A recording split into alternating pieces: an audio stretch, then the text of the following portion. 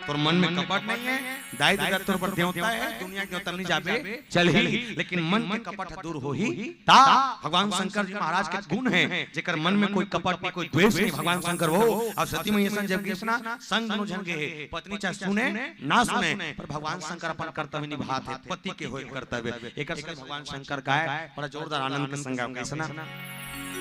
जय बोलो नारायण, जय बोलो नारायण, जय बोलो नारायण, जय बोलो नारायण, जय बोलो नारायण, जय बोलो नारायण, जय बोलो